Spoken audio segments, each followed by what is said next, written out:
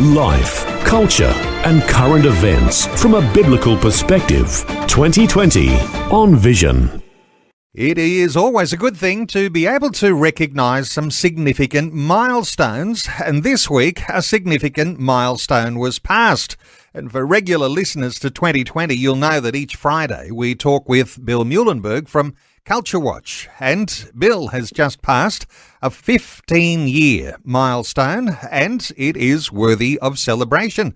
Bill Muhlenberg back with us once again. Hello, Bill. Welcome back to 2020. It's great to be back. Well, Bill, I might say you've been talking to Vision Radio and doing segments similar to the one we're doing today for longer than I've been hosting 2020. You've been doing some work on Vision for around about 13 of those 15 years since you started writing. Yeah, well, I think I've may have done the occasional interview with you folks even before Culture Watch began, when I was still with groups like Focus on the Family and Australian Family Association and even Salt Shakers. But yeah, for 15 years now, been doing Culture Watch, and almost for that whole duration, I would say at least a good 13 years, we've had this weekly interview with Vision Radio. So it's been neat to have both of them kind of going together. And I even remember some of your predecessors when we first began. Some names folks might be familiar with. Tracy Weir was one of those early interviewers, Mike London. But yeah, I think you, out of those three, you've probably been with me the longest so far. Well, the lion's share of those interviews, no doubt. But you've been a prolific blogger all of these years, and when we get to talk perhaps around one article a week, you're writing sometimes 5, 7, you're writing more sometimes than even one a day. Have you got some statistics for us? Yeah, well, you're right. It certainly would average at least one a day. I do have just about 5,500 pieces now, so those with a good math mind or a ready calculator can divide the 15 years. But yeah, it really does come to something like 360 pieces a year at least. As you say, some days I can easily do a second, a third. I've even had some days where I've done 4 articles. But yeah, the average is one piece a day, and so that gives you some indication. For those who like numbers, I've kind of guessed that maybe the average piece is 1,400 words, maybe 1,500 words. So if that's the case of average length, well, then that's in 15 years, that's about almost 8 million words all up. So I keep telling people, it keeps me off the streets, keeps me busy, and, it's not the only thing I do. I do speak and teach and various things, bit of lobby work and all that. But, yeah, writing certainly a daily piece for Culture Watch, that's been a major part of this 15-year ministry. And Bill, you're not inclined to pull punches. You like to say it as it is. You like to bring a biblical Christian insight into some of the issues and scenarios that are created in the news, and people so appreciate that. And you've made a lot of friends doing that, but you've made a few enemies as well. Yes, well, you certainly get both. Unless I just talked about, say, my favorite cups of coffee or something, a little bit more safe.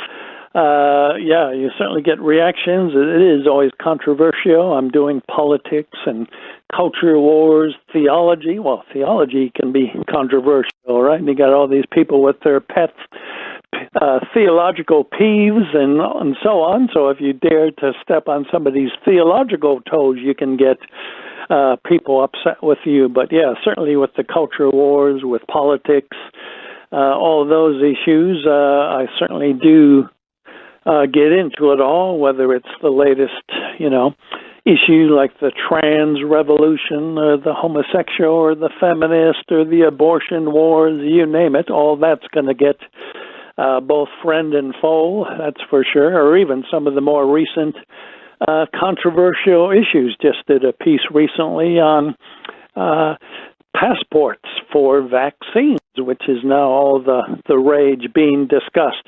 Should we have mandatory, compulsory vaccine passports where you can't travel or get certain services and goods and items? So that, of course, will get plenty of response as well. So it's the nature of the beast. You enjoy getting people writing in, say they appreciate what you do and they agree with you, but of course you'll get a lot of angry comments as well. I do have to look at every comment that comes in before I determine whether it can be posted or not. There are 79,000 posted comments. There's probably another at least 20,000 that could not be posted either. Language is just too foul, and it's certainly not something you'd want to put to print. Or just people, I asked for a full name, so I've got various commenting rules. A lot of people don't seem to want to abide by the rules. So, you get a lot of angry commentary. You get the occasional death threat. So it's all, if you want to live a quiet and peaceful life, you probably shouldn't set up an interactive blog site, but it certainly it keeps life interesting. Yes, and when you say the occasional death threat, when someone says something so demeaning, so nasty, so threatening, it's sometimes hard not to take that personally, but I guess you do develop a thick skin. How do you describe yourself? I mean, are you the sort of marshmallow center, but tough on the outside? What's the Bill Muhlenberg definition of what you think you're like, Bill? Whether I've been called a marshmallow before, I'm not sure. But, look, I mean, I'm a human being. As I always tell people, I've got feelings. It hurts. Even leaving aside the death threats, just, some of the really vile and ugly and, it's really demonic hate mail that comes through. You can read some of the most awful and atrocious things, words you never even heard of before.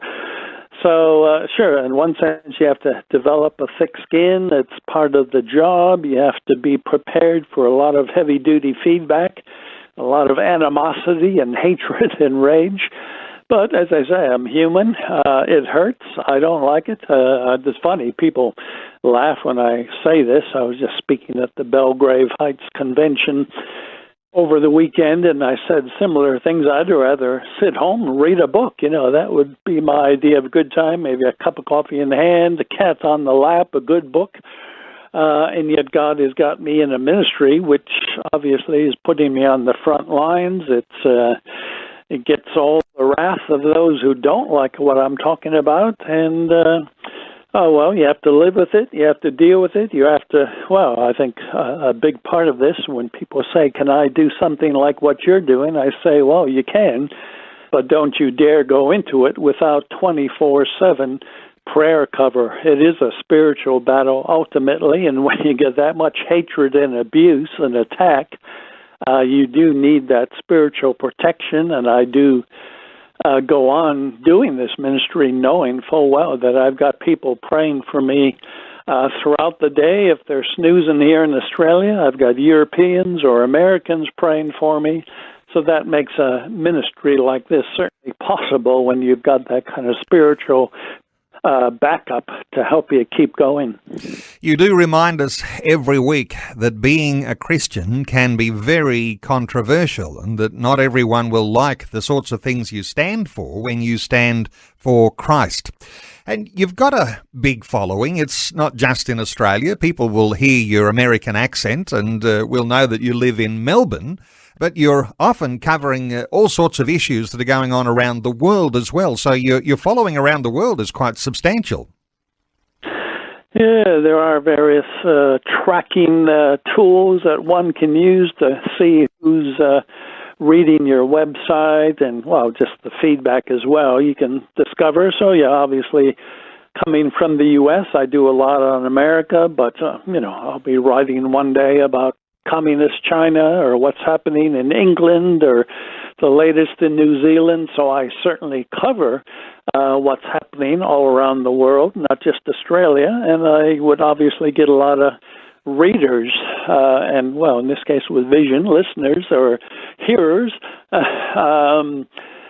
dealing with any number of topics from any number of places around the globe. So, yeah, you'll get feedback, well, both good and ill, again, negative and positive feedback from people around the world, some saying how much they appreciate it. I just had a gal recently, very kind older lady, by the look of it, send in a card, snail mail. She didn't have, internet access, but she sent through a card with a little financial gift, which was nice, and she told me a long story about her background, how she's got a relative living in Serbia, and a young 30-year-old Christian gal there, and this woman said, yes, this 30-year-old, she loves your stuff. Evidently, my CultureWatch stuff is translated into Serbian, and this gal there was very aware of me and what I do and very supportive, and so this Adelaide woman was telling me about it. And, that's the kind of stuff that keeps you going, obviously, when you get some positive feedback. It certainly helps offset all the criticism. And by the way, it's not just non-Christians who can really hate on you big time, but anybody involved in this kind of work will soon discover that you can probably even get more, and it hurts more, Christian criticism. You can get plenty of Christians who will really tear into you as well for any number of reasons. So, yeah, it's good to get certainly the positive feedback and to know that people, not just here, but around the world, because of things like the internet, are getting access to this ministry, and some are being blessed and being helped in their Christian journey, which is what it's all about. Well, Bill, it's the Christians, they don't tear into you, they're just contributing to the debate. And I think you need to remember that into the future. Speaking of the future, Bill, what do you think the future holds? The world is a very big place, and exciting to hear that there are nations around the world that are beginning to translate some of your articles into their own language. Is that something you think you would like to see more of into the future? Well, sure. It's always good to see, if this kind of stuff that I'm writing about is worthwhile, it's good to see it spread around a bit. Of course, there's plenty of others. I'm not foolish enough to think I'm the only one. There's a lot of great ministries out there, many much bigger and better than mine. So I'm just playing my own very small little role in God's kingdom and doing my bit, as we're all called to do. We all have a place to stand for truth and be salt and light. So I'm doing my little thing. But yeah, to look at more of that kind of side of things, maybe doing more podcasts and videos. I suppose I'm a kind of a text guy. I'm a word guy. I like reading and writing. And I can't really imagine what it would be exciting for somebody to say, listen to me read my pieces, but I'm told there are many who would rather either listen to a recording or watch a video of simply reading what I've just written. So, that could be part of where we go, but certainly there's no thoughts of retirement. Yeah, I know I'm getting old and all that. I'm getting up there. But it's the old saying, right? We should be wearing out instead of rusting out. So I've got no plans to give it away. As long as God gives me health and strength and, a bit of eyesight so I can see what I'm doing, I'll certainly keep at it. And I suppose one day, you may have to think, well, does it all just come to an end, a quiet death, or do you look at maybe somebody who might take over CultureWatch and keep it going? So I suppose those are things to think about for the days ahead. But for the time being, I'll keep doing an article a day on CultureWatch. Hopefully I'll keep doing an interview a week on Vision Radio with great folks like yourself. And, we'll keep going until the Lord should return.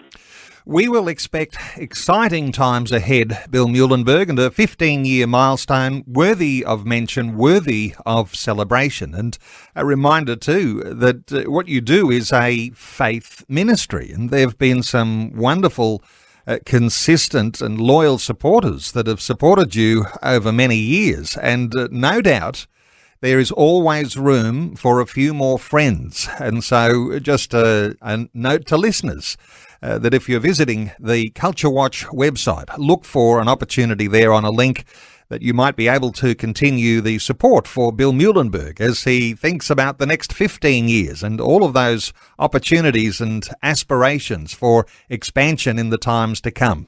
So to find the article we're talking about today and some of the other ones, and might I say some very controversial articles, why don't you check out billmuhlenberg.com, or you can simply Google Culture Watch, one word. Bill, congratulations on 15 years. Thanks so much for the update today on 2020.